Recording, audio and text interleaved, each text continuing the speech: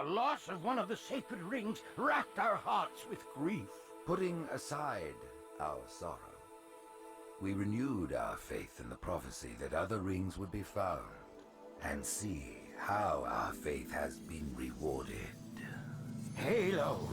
In Halo 2, we've got a much bigger story to tell, and this story takes place in a lot of different places. We're going to send the player on this galactic romp from the ruins of Halo to the Prophet's homeworld, High Charity, to these amazing Forerunner facilities in the atmospheres of planets.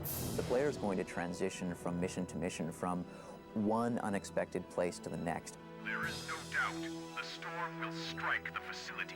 We start out with a sheet of paper and just try to generate ideas. What are the cool things that could happen on this mission? We'll bang our heads against the whiteboard and we'll call each other assholes, and that's crazy, and we can't do that, before we've cobbled together some unified plan which is going to work for the entire level. There's all this sort of high-level stuff. When you get into building it, you gotta have good encounters.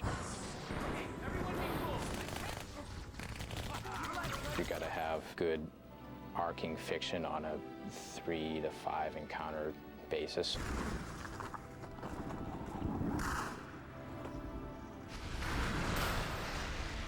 At some point, you'll get a surprise twist that sends you off in a different direction, and then it's got a really cool finale.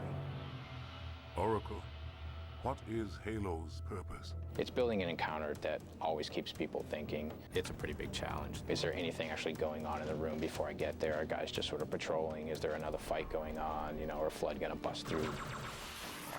There's a lot of tricks you try and employ. I mean, we want the player to feel like they're choosing to go in a direction even when we're forcing them to. We guide the player with texture, with lighting, with AI, with sound. We obviously want to make it so that there are multiple paths through this space. Every single one of those areas had to be modeled by an artist. I mean, there's someone went in there, and for every single wall you see, every single floor, every single light, every single, piece of glass, like there was an artist there. Someone had to go through and make all that. What I like most about Halo is that we don't build encounters and our AI doesn't act in a way that is very predictable.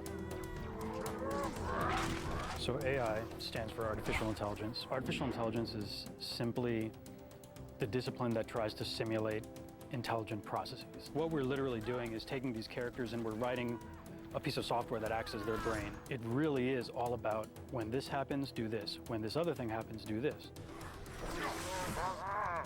That's a lot where the designers and artists step in, is deciding, well, we have all this cool technology, how are we going to use it, and how are you going to create this experience that the player can understand, that when he sees a certain type of thing, that if he shoots it, it's going to blow up and he's going to be able to destroy it and pass through it. Most of the Halo world is not destructible. You have to walk a fine line in deciding what things are going to be destructible and what's going to match the player's expectations for what's destroyable. When someone says, hey, the whole world is destructible, that's great. We've done our job. We've made them believe that. So that kind of thing really excites me, is being able to create a real environment and not take shortcuts and not fake things, and actually just get in there and really try to make it a real place and a real exciting place for people to go.